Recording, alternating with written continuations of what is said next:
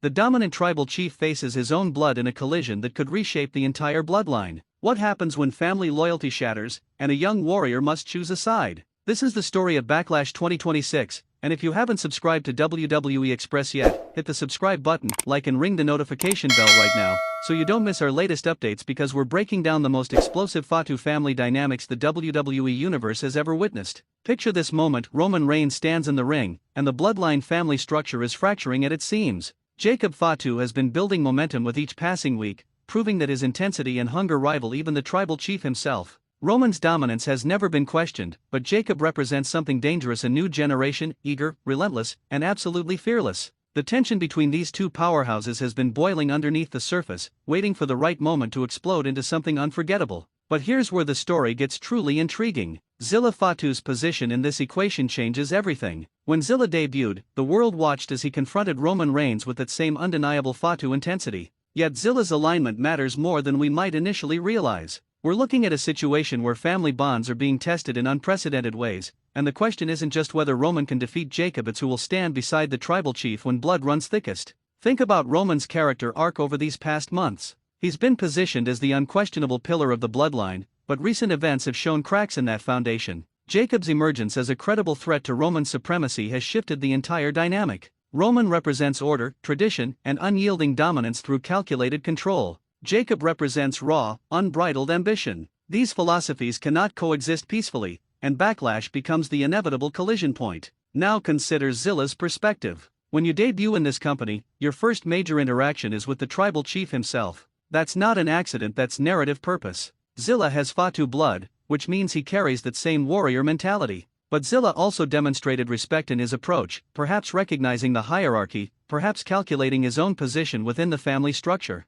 At Backlash, Zilla faces a choice that will define his entire career trajectory. The match itself would be constructed around this psychological warfare. Roman enters as the defending pillar, supremely confident in his ability to eliminate any threat. Jacob enters as the hungry challenger, believing that his moment has arrived, that the bloodline no longer needs a single dominant voice but rather the strongest warrior. But Zilla's involvement adds layers that make this far more than a simple championship encounter. Imagine the pivotal moment: Jacob has Roman reeling. The challenger has executed his game plan flawlessly, and the tribal chief appears vulnerable for perhaps the first time in a critically important match. The crowd is electric, sensing a potential changing of the guard. Jacob stands poised to strike the final blow, to claim the top position within the bloodline hierarchy. But then Zilla's presence becomes the deciding factor. Whether Zilla physically intervenes or simply his presence at ringside influences the psychological momentum of the match, his involvement becomes the catalyst for the outcome. This narrative approach respects Roman's dominance while acknowledging that Jacob has legitimately earned his position as a credible threat.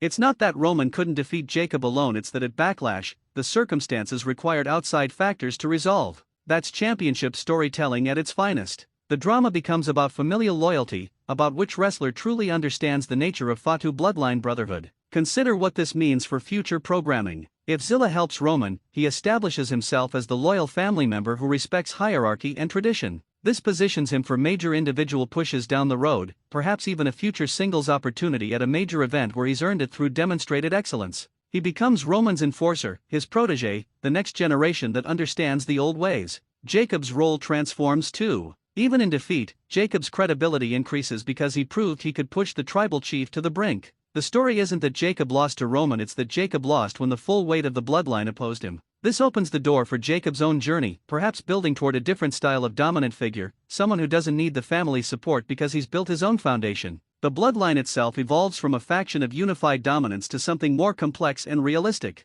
We see that loyalty matters, that family bonds can be tested, but that ultimately, hierarchy and tradition still mean something. This sophistication in storytelling is what separates wrestling that simply happens from wrestling that actually resonates with audiences emotionally. Roman's championship reign continues, but it carries more weight now because we've seen it challenged at the highest level. The tribal chief remains supreme, but we've glimpsed the future through Jacob and Zilla. We've seen that the next generation possesses the talent, hunger, and intensity to eventually claim their own moments of dominance. That's storytelling that makes people invest in what's coming next. The psychology here is intricate and rewarding for viewers who pay attention to character motivations and faction dynamics. This isn't about a simple interference, it's about family politics, ambition tempered by respect, and the eternal question of how long a single ruler can maintain control when hungry warriors surround him. This is the type of booking that makes wrestling compelling, stories where outcomes feel both surprising and inevitable, where every performer involved elevates through their involvement, and where the narrative consequences ripple forward into future chapters. Backlash 2026 would deliver this kind of storytelling, cementing these characters' positions while setting up intriguing possibilities for everything that follows.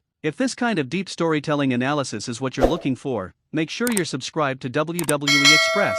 We break down the character psychology, the faction dynamics, and the booking implications that make wrestling truly matter. Subscribe now, and never miss our latest takes on the angles that shape the WWE Universe.